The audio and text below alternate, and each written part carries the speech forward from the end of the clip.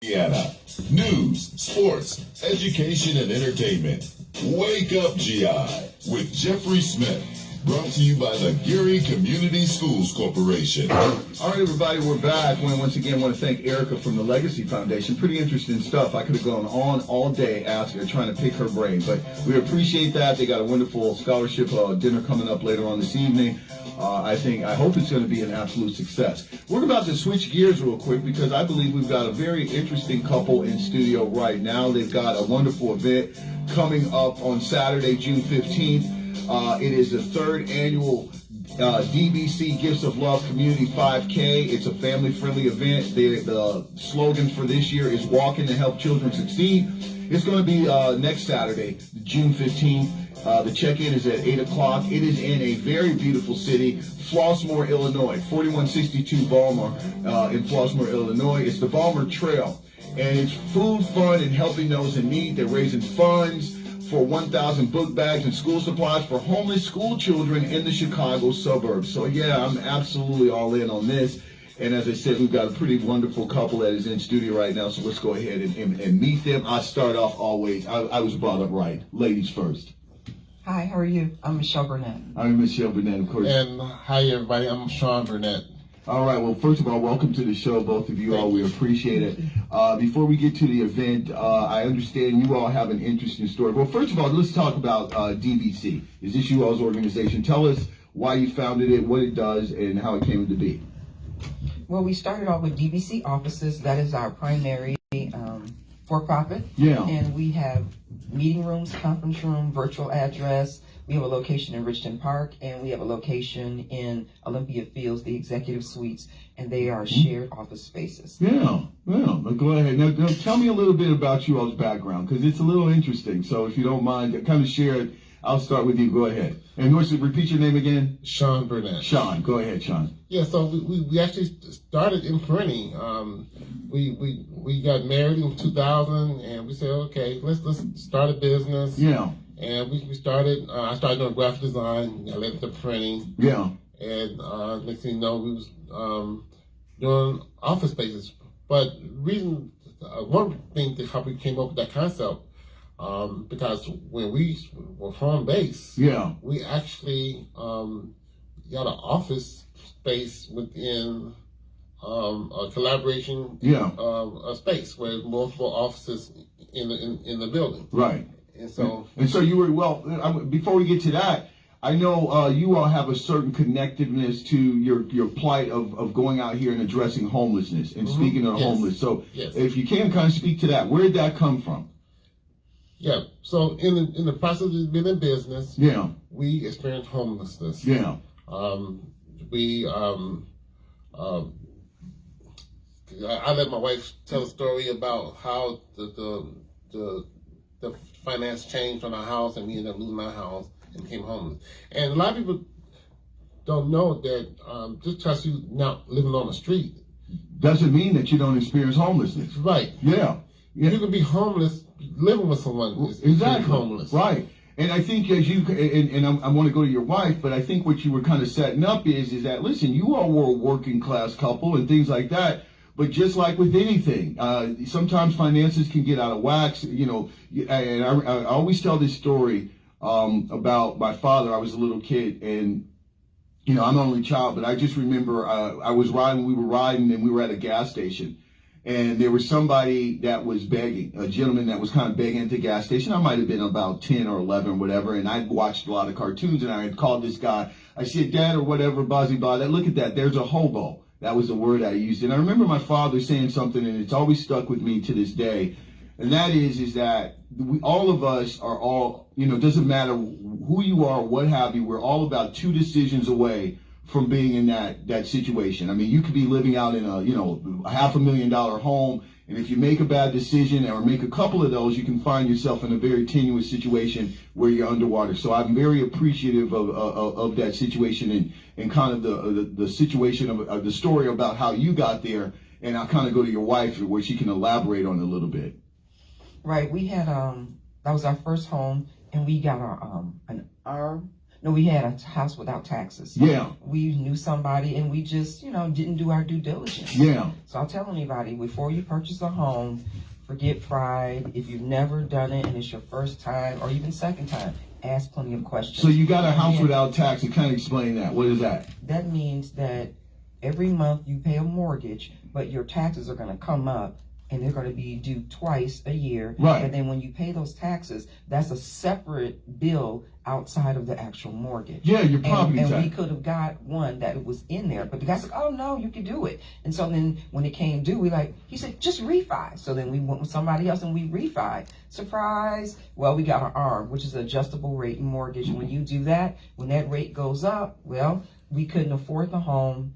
And then family helped us. Oh boy. Oh my goodness. Yeah, so when they helped us, got us out of that, we should have probably just walked away. We got too attached, and then we ended up going into foreclosure. And then we went and did all the channels. We talked to attorneys, we talked to agencies, and then we even talked to someone one time at a particular a church, and they said, well, why would you wait till the last minute? We said we didn't. We've been working with people, and then one day we got the knock. Right. And that's how we ended up in the shared office space. We call it with Cisco's Music World on 183rd and Kedzie, and we call him the godfather of shared office space in the south suburbs. Right. Because he started kind of like grandma when you're down south. Oh, come on up here, baby. Come on up here north. Just come on, stay with us. So he had all kinds of businesses, and we worked together, we collaborated, and we all grew. Yeah, and so you went into, so go back to that. So you leave, you're going through obviously the situation, your home gets foreclosed, and now, are you going into this commercial office? I mean, are you still doing the business? How did that work? I mean, obviously you weren't residing in there, I take it, or how did that work? God, right? Yeah. Yeah. So we just had a home-based business. So yeah. So you had when we lost our home, we lost our business too. So, yeah. So Cisco Music World, I called them, and he had a office space, and we ended up getting the office space that day. Yeah. So we was able to continue to operate our business and to at least have some form of income come in, because at this time we already and were you still staying? You were still staying with family members. Yes. And so now you could operate your business without imposing on them. You had your own space for you all's previously home-based business. Yes. So we told people we expanded. Yeah. And we were taking phone calls while we actually, it was really weird. Yeah. That was God. Somebody that we knew, we called up 8 people in the middle of a work day. Yeah. Because they did the knock, and they says, well, you know what? We're just going to come back. We said, come back. This is when the sheriff came, and we knocked on the door. They said, well, we'll come back. They knew somebody that was there that we had called, and they packed up. We packed up an entire house in 4 hours. Now, repeat that again. So what happened? So you said, now how did the sheriff get involved? Go back and start over. So that when the knock came. Yeah. No, we have a long journey, so I don't want to take up too much. Yeah, no, you're good. When the knock came, we all looked. And we said, okay. And then we made the phone call to some people, and 8 people in the middle of a workday, it was a miracle, came and helped us pack up the entire house. Right. And so somebody we knew saw somebody, and they said, oh, we knew him. This is no problem, from the sheriff. Right. They said, we'll come back in 4 hours. It's unheard of. Right. And so when they came back in 4 hours, our neighbor was like, here, we'll give you money. We're like, we don't need, she says, church, you need to take this. That's pride. So we took that. Then people came. They were making phone calls. The phone was ringing. Yeah. They were like, hi, how are you? Well, we have a new, he called Mr. Cisco, we have a new location. Right. And so there it was. We set up, and we were taking orders for business right there on the grass while they were moving. And so they moved everything separate, where the office stuff went one way and all the other stuff went in storage. Okay. Well, and so, of course, the rest is history.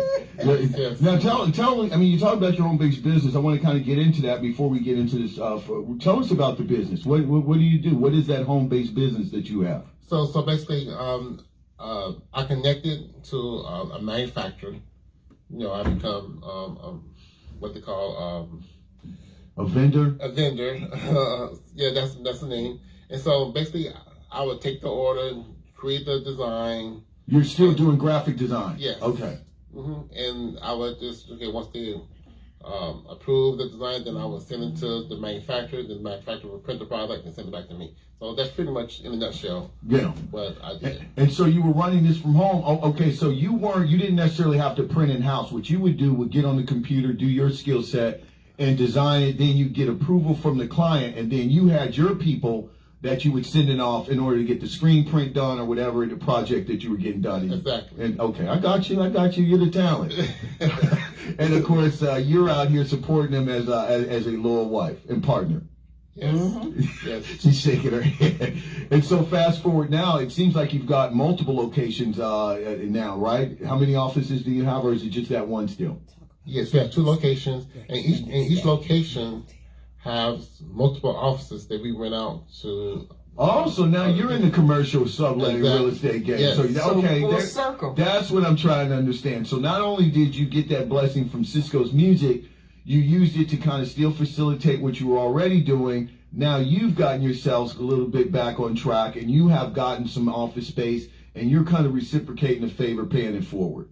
Yes. All right. Yes, you got it. I'm kind of slow in the mornings, but I can keep up. And you know, not only do we do office space, but we do virtual address. Yeah. So some people want to continue to work from home mainly. Right. But we give you an address to operate your business where you don't have to use your own personal home address. No, that was, and you know what? That was a thing that was really kind of picking up steam right before COVID. And I remember there was a place, a business in Chicago that would literally give you an office and a executive secretary, and you didn't really have to be there just because, just for the appearance and just because people, you're right, don't want to use their personal residence and things like that. And so I absolutely get the virtual address. That's kind of forward thinking. That's a great idea. As I said, let's come back to this wonderful event that's coming up. You all told a story about homelessness being near and dear to your heart. Was your own personal experience as you kind of came out of that situation, did you make it kind of a personal mission to go out here and kind of deal with homeless? I just got through talking with the Legacy Foundation, which is a philanthropic organization, and we were talking about different people's causes. And obviously you all have a very impassioned position as it relates to homelessness. Was it based off of that storyline? Was this something you cared about before then? Well, we were just regular people out in suburbia. We didn't think about anything like that until it happened that time. And then, oops, we went forward and we ended up going from the graphic design to a full-fledged commercial printer. We went and got into some business deals. And then we went and got into a house that was a little bit higher than our price range, could handle. And we thought we got it. Well, something happened. We did a cash for keys in a rental property. We moved in too quick. And they said, I dotted every I, crossed every T. Yeah. Well, guess what happened? You were supposed to get the check when you got the keys. So we had already had the property lined up. Well, guess what? We did not get the check. Did you have a realtor?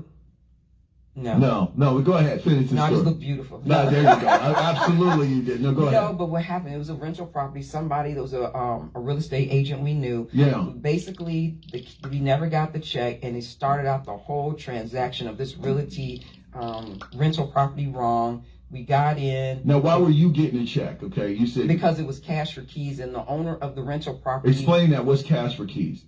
Well, cash for keys, I'm not sure if they still do it, is usually when you're the owner, you turn in the keys to the property, which is the mortgage company or someone that represents it. Right. They give you a check for that. Well, this particular gentleman that we rented from lost the property, so he, I guess, didn't say we were living there. So the mortgage company, I contacted them, and they gave us money to get the keys. Yeah, because to me, I'm just from the outset, when I hear cash for keys and things like that, it sounds like a title loan type of deal. I mean, because if I'm giving my keys over to, and you're giving me a check, I mean, that's some kind of transactional agreement in which I'm forfeiting some part of ownership of that house. I mean, there's no other reason I can understand for why I would get a check for giving my keys over. And so that alone seems a little, I mean, I don't know. I've never heard of this before. That's why I'm asking you to educate me.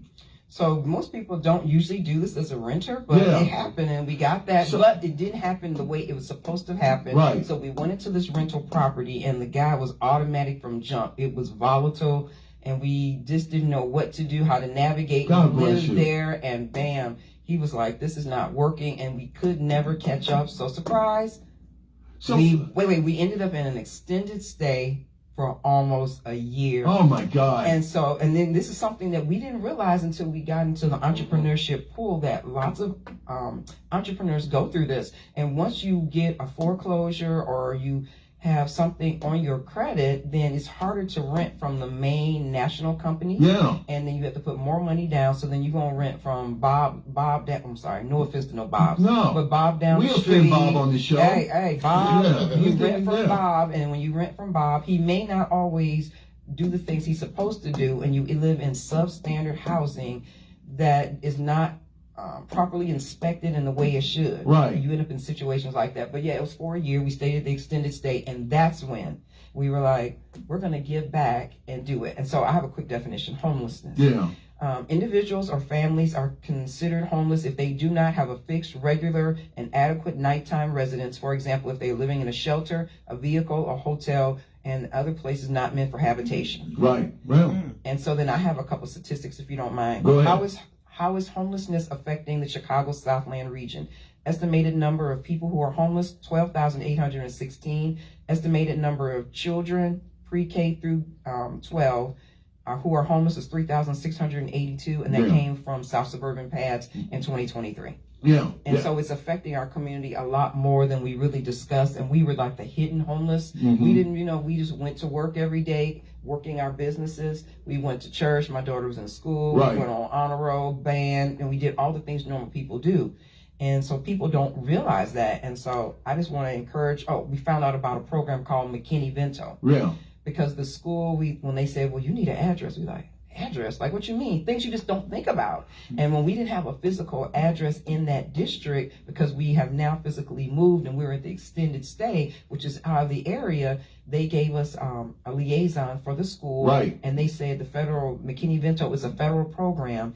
And then on there, if people go to, I got a website, the Schoolhouse Connection, they can learn about resources for pre-K through 12 students and the things that they're able to help you with. All you do is you reach out to your school and they can assist you, and they cannot deny you the ability to register for school. No. And as you were talking about that, I had to go through some training maybe about 3 or 4 months ago, and one of those things that was in it was about recognizing homelessness in young people.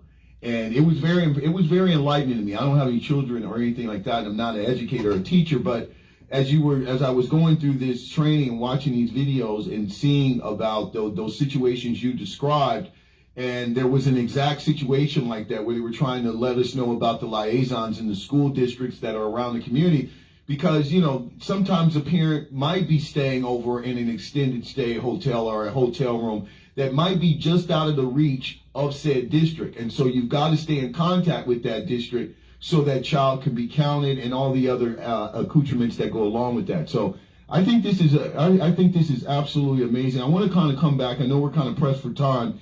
So let's talk about this community 5K that's going to take place not this Saturday, but next Saturday, correct? Oh, this Saturday. This Saturday. See, I'm all messed up. So it is this. That's right. It's Juneteenth, the 15th. What is this? Father's Day weekend. See, I'm getting all mixed up. Saturday, June 15th. Check-ins at 8 o'clock. It's 4162 Vollmer and Vollmer Trail in Flossmoor, Indiana. Food, fun, and helping those in need. Now, I understand you all need some walkers. You need some. Tell me what you need. We need donors to come out. Well, we need walkers, runners, or strollers. It's a family fun event. We have game truck, inflatables, face painting, live DJ, food, fun, activities, and then we're honoring 5 community fathers in Illinois. Yeah. We have to work on Indiana now. Yeah. Yes. In Illinois, who have done things related to helping out the community. Nice. You getting honored? Yeah. And that was last year. Proceeds go towards book bags and school supplies for children. Because when we were homeless, we were blessed with book bags and school supplies for our daughter. Right. And so that's what sparked the idea for us to get back to the community. Yeah. So we gave away 851 last year. 851 bags. Wow. With school supplies, and then the year before that it was 150. The year before that was 32. Wow. We've been giving out school supplies for 7 years, but then 3 years ago we said let's give away book bags. Yeah. Like we need another thing to do, right? So 32, and then 150, and then 851. Wow, that's very impressive right there. So that means that the word's getting out, the demand is out there, and you all are increasing your output to meet that demand. Yeah. Yes. Our taxes going up in Indiana because they are in Illinois, and it's not going to be any joke. And a lot of in our communities, we're not prepared for that type of increase with those mortgages and even the rents. Yeah. And then the statistics on here show that African Americans are going through more homelessness than any other race. So we need to be prepared. And if we see somebody going through something, ask. Even if they don't say anything. And when I would tell somebody, oh, I'm just so tired, and they say, where's Rashawn? And I say, oh, I live in a hotel. They just look at me. And they didn't know how to respond. Right. Almost like someone passing. So I'm saying if someone says something like that to you, or if you see the signs and you know, ask, can we help you? Do you need a gift card? Right. Is there some toiletries I could buy you? Take them food. And when some of our members have actually went through this, we were like, oh, shoot, we went through that. We would cook food and take to them, put in containers, do things for people. Don't like food trains. Don't be so embarrassed that they may not need your help. Yeah. Well, you know what? I really appreciate this conversation. And going back to your initial statement about Indiana versus Illinois, we'll talk off cam. We'll talk off mic. It's a tale of two states, honey. This is the Hoosier state. We're doing great over here. No, but yeah, there you go. I'm a Hoosier through and through. But once again, like, it has been an absolute pleasure to meet you all. I really do appreciate your story. I know that obviously other people do, because your expanse, as you just said, it's getting larger and larger. And I'm just happy. I'm just happy about the way things have turned around for you. And look forward to talking to you again in the near future. You got anything you want to plug? Give me a website. Give me something. Website. So the website is dbcgiftsoflove.org. And then you can go on there, learn more about our organization and more about our community 5K. Now, how long have you all been in existence, by the way? Your business. Which one? Both of them, the business and the organization. So we've been giving away book bags and school supplies 7 years, but as a formal nonprofit, this is our 4th year. Nice. Good stuff, you all. And doors have opened up for other states too. Yeah, I believe it. You are a nice couple. I really appreciate it. And she said we closed on our house too. So we come full circle, and that's for business owners. So if any business owners so you closed on your house. Yeah, so if there's any business owners out there, keep plugging away. Don't stop. Never give up. Continue to do that book work, because it will turn away for you to be able to use that to actually get assets. Nice. Now you're going to need to give me a whole nother seminar. You got to come back, because I got to know about this house deal now, where you live and all that stuff. Awesome testimony. Yeah, absolutely. All right, you two, I'll let you get at it. It's once again, congratulations, and looking forward to it. I know it's going to be a success. It's going to be hot out there. Make sure you get tons of water. We're going to be in the high 80s on this weekend. It's going to be a great Father's Day weekend. Rain or shine, it doesn't matter. Because one year we had almost like a tornado-like weather, and people were looking like, Michelle, where are you? We're out here. It's raining in the forest and the trees are blowing. They're like, well, we out here. Let's go. I was like, oh, okay, I'm on my way. All right, we're going to take a break. When we come back, I'll get you updated with the news. You listen to Wake Up GI with Jeffrey Smith.